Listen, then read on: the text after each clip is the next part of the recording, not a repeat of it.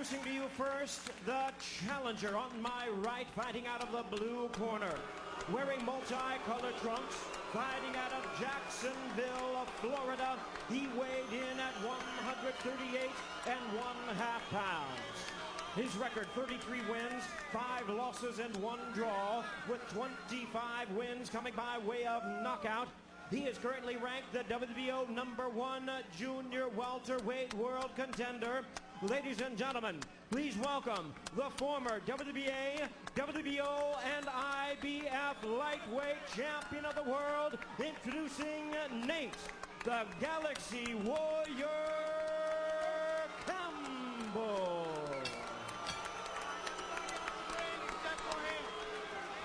And his opponent across the ring on my left, the defending world champion, fighting out of the red corner. Wearing yellow trunks with purple trim and proudly representing his home of Palm Springs, California. He weighed in at 139 pounds, undefeated in his professional campaign with a record of 24 wins, no losses, 11 wins coming by way of knockout. Please welcome the former WBC champion and the current WBO junior welterweight champion of the world, known as the Desert Storm, introducing the undefeated Timothy Bradley. Let's go, seconds out, everybody out, let's go. Once again, a referee in charge, David Mendoza. Gentlemen, we've gone over the rules and the fouls. Protect yourself at all times and follow my instructions. Touch gloves, return to your corner.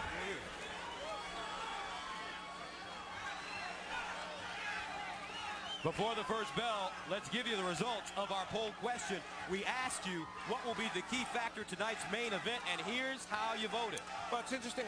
The folks that have been watching Showtime have seen Bradley in action before, and they know he's very quick, and they're thinking against the 37-year-old Campbell, that might be the difference. Timothy Bradley, 25 years old, trying to remain undefeated, a 5-year pro with 36 world championship rounds under his belt, but this time he will take on the best fighter he's ever seen, 37-year-old Nate Campbell, a former Winn-Dixie worker. Comes across the ring. He's from Jacksonville, Florida, and he normally starts quick. And he's going after Bradley. You know, this is a tiny ring. We said that, 17 to 18 feet.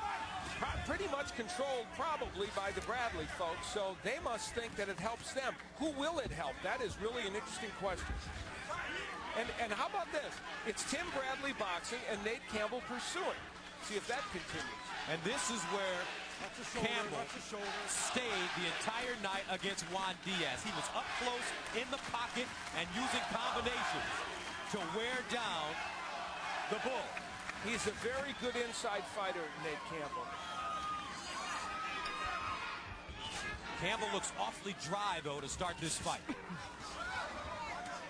Now there was Bradley throwing kind of a wide, awkward left hook. He does not want to do that, and he said they've been working on shorting that punching up because that's when he squares himself up to an opponent and makes himself available.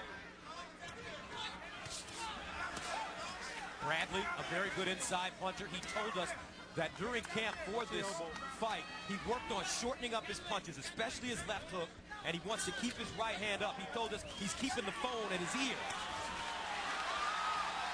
Campbell telling Bradley to come on and bring it. Stop. Come on, guys. Stop grabbing. Hold. Campbell's now finding a little bit of a home for his right hand. He didn't land it early, but now he's getting it there. He is doing a lot of woofing and talking to Bradley, probably trying to get him to be more aggressive. All right, break. That's that thing. Something. Nate Campbell working the referee Mendoza about the head of Bradley. There's a lot of gamesmanship going on in that ring, most of it coming from Nate Campbell. Campbell loves to talk. He told us in our fighter meeting that he's fought 50 guys like Timothy Bradley, and Bradley has never fought anybody like him. This is the quintessential Tim Bradley round. More punches than his opponent, lots of body work, and enough angles to avoid getting hit solid by punches. This is exactly what he does and what he does well. Bradley did tell us that he wants to check the gas tank of the 37-year-old Campbell. He would do it early and often by going to the body with the jab, also with the right hook behind the elbow.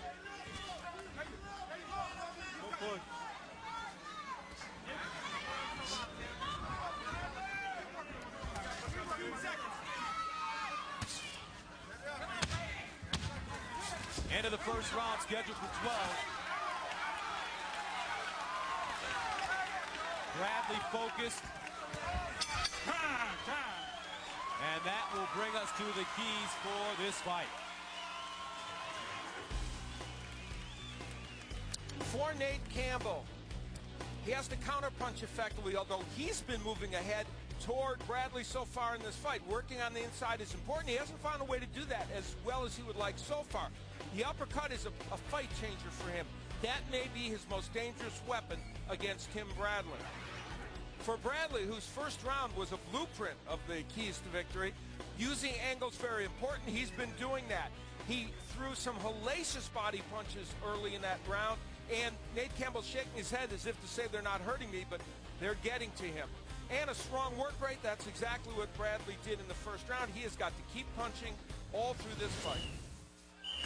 Now Campbell wants to land this right on, and he gets it in against Bradley, but Bradley's able to counter with his own right. So that was an interesting move there because you wouldn't expect Bradley to counter it as he did.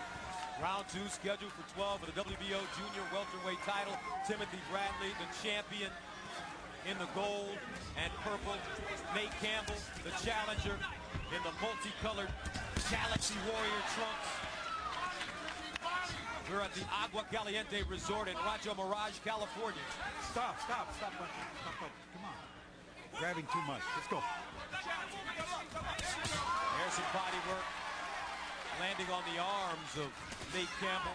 Keep him up. There's a headbutt, and we talked about that at the beginning of this fight. And that was not Tim Bradley's fault. You know, Nate Campbell, I know, will work the referee, but that's just one that I think that happened. They were both leaning down, but it happens a lot in these fights with Bradley. Bradley doing a lot of backing up. We haven't seen him be the matador very often in his fights. It really is intriguing, you know. That's what he doesn't want to do, Bradley. But Campbell wasn't able to counter him. You can't stand right in front of Nate Campbell and expect to do well against him. Here's the question, though, Al. At 37 years old, when does the light go out? They say for boxers, sometimes it happens overnight. Well, it can. Now, he was very good in his last fight against Ali Fanica. I mean, he had troubles early in the fight, but finished very strong, Nate Campbell. So it would be foolhardy of anyone, even Bradley's people, to think he's going to all of a sudden get old in here, but it has happened. Campbell lost the IBF and WBO titles on the scale when he didn't make weight for his title defense against Fanica. So here you see that Nate Campbell style. It's James Toney.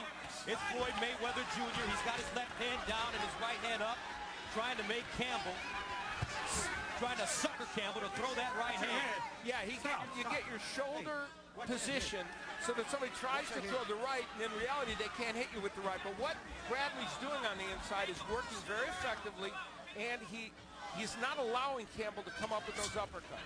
And you see, though, Al, Bradley uncharacteristically refuses to stay inside. Yes. He keeps popping that jab right to the solar plexus. You hit it right on the head. He stays in there for only a period of time, then gets away so he doesn't get hit with anything big. Because there's the uppercut by Campbell. Because Campbell can rest in there. Yep. That's really where he wants to be at 37. And he wants to work it. He wants to also land those big shots on the inside. This is a fun fight to watch because both men are doing a lot of work. We thought the work rate would be pretty high, especially from Bradley. And one of the other headlines of this fight is that so far, anyway, Campbell's had a hard time landing that right hand. End of the second round. Watch those kidney shots. Scheduled for 12.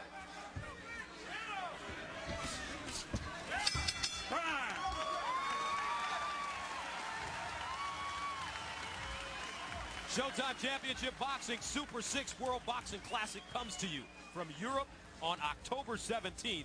before returning to the United States on November 21st. And everybody's talking about this tournament. Well, you know, we mentioned before, almost universal approval. It's a great tournament. Okay? Slow him down a little bit. Okay? Touch him, baby. Okay? Joel Diaz is Bradley's trainer. When you get in the clinch, let the referee do his job. Don't waste yourself. There was a clash of heads that happened very early in the round. Now he's throwing the left hook to the body. They both leaned in, and that's where the clash of heads came. So I don't think that was initiated really by either man. There's Campbell trying to land the uppercut on the inside, but it's Bradley working very effectively to the body and throwing combinations to the body as well.